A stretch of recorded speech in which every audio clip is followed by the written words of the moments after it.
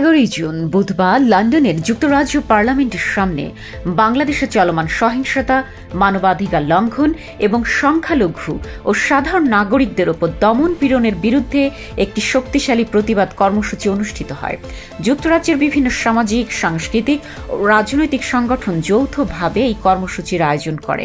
এই প্রতিবাদ অনুষ্ঠিত হয় বাংলাদেশের অন্তর্বর্তীকালীন সরকারের প্রধান উপদেষ্টা অধ্যাপক মোহাম্মদ ইউনূসের যুক্তরাজ্য সফরের প্রাক্কালে, যিনি লন্ডনে কিংস ফাউন্ডেশন কর্তৃক মনোনীত হারমোনি অ্যাওয়ার্ড গ্রহণ করতে এসেছেন। যুক্তরাজ্যের বিভিন্ন শহর ও অঞ্চল থেকে আসা ব্রিটিশ, বাংলাদেশি এবং ভিন্ন জাতিগোষ্ঠীর প্রতিনিধিরা এই বিক্ষোভে অংশ নেন।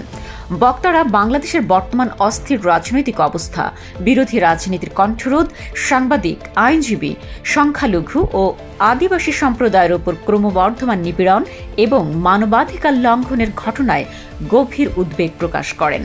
প্রতিবাদ চলাকালে একটি ডিজিটাল ডিসপ্লে যুক্ত ভ্রাম্যমাণ যান হাউস অব পার্লামেন্টের চারপাশে ঘুরে বাংলাদেশের চলমান সহিংসতা, নির্যাতন ও অবিচারের ভিডিও, ছবি এবং প্রতিবাদী বার্তা প্রদর্শন করে। এই অভিনব প্রতিবাদের মাধ্যমে শুধু উপস্থিতদের মধ্যেই নয়, পুরো লন্ডনের রাজনৈতিক পরিসরে একটি তীব্র বার্তা পৌঁছে দেওয়া হয়। বিক্ষোভকারীরা বলেন, এই সফরের উদ্দেশ্যকে কেন্দ্র করে যতটা না হারমোনি, তার চেয়ে বেশি বিতর্ক।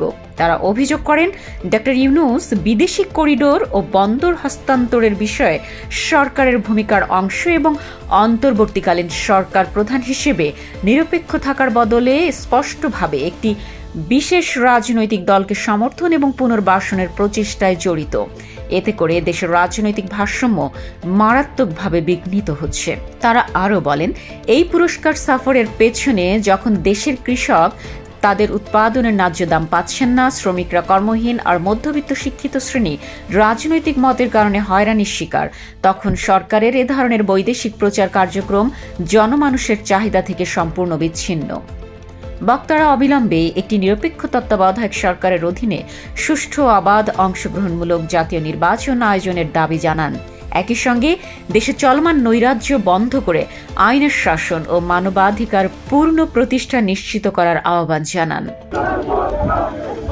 ব্রিটিশ পার্লামেন্টের সম্মুখে প্রবাসী বাংলাদেশিদের বিক্ষোভ ইউনূসের বিরুদ্ধে।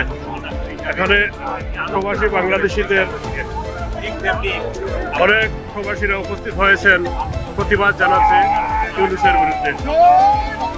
আজকে ব্রিটিশ পার্লামেন্টের সম্মুখে প্রবাসী বাংলাদেশিরা সমবেত হয়ে ঐক্যবদ্ধভাবে বিক্ষোভ প্রতিবাদ জানাচ্ছে বাংলাদেশের বর্তমান দখলদারী অবৈধ ইউনূস সরকারের বিরুদ্ধে।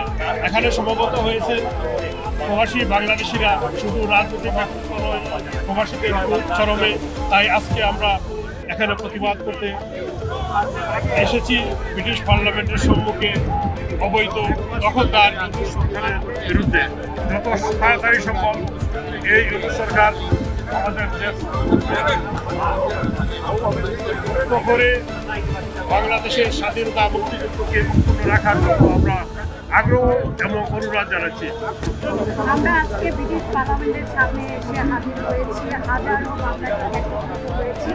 আমাদের একটি উদ্দেশ্য, আমাদের স্বাধীন বাংলাদেশকে একটি রেডিকুলাস প্ল্যানের মধ্য দিয়ে যেভাবে ধ্বংস করার প্ল্যান করেছে অবৈধ ইউনূস সরকার, তাকে আমরা প্রতিহত করব। একটি সন্ত্রাসী কায়দায় গত বছর জুলাই আগস্ট মাসে বাংলাদেশে এক সন্ত্রাস ঘটিয়ে একটি বৈধ সরকারকে উন্নয়নের ভাষণে চলমান বাংলাদেশকে নিশ্চিন্ন করার জন্য তারা পায়তারা করে বঙ্গবন্ধু কন্যা শেখ হাসিনাকে পরাভূত করেছে। আমরা এই উন্নয়নের যাত্রাকে আরও অগ্রসর করার জন্য, মুক্তিযুদ্ধকে করার জন্য তারা সমবেত হয়েছি এবং আমরা আমাদের বক্তব্য পেশ করছি এই পার্লামেন্টের সামনে। আমরা গত দুদিনের মতো আজকে ব্রিটিশ পার্লামেন্টের সামনে দাঁড়িয়েছি। একটা মুক্তিযুদ্ধের সরকারকে অগণতান্ত্রিক, অসাংবিধানিক এবং জঙ্গি সংগঠন, তাদের নেতৃত্বে আজকে বাংলাদেশ চলছে। তার নেতৃত্ব দিচ্ছে ডক্টর ইউনূস। এই ইউনূসের বিরুদ্ধে কঠিন প্রতিবাদ জানাতে আমরা যত সামাজিক সংগঠন, আপামর জনসাধারণ এবং আওয়ামী লীগের নেতৃবৃন্দ উপস্থিত হয়েছে এখানে ব্রিটিশ পার্লামেন্টের সামনে। তার বিরুদ্ধে কঠিন প্রতিবাদ।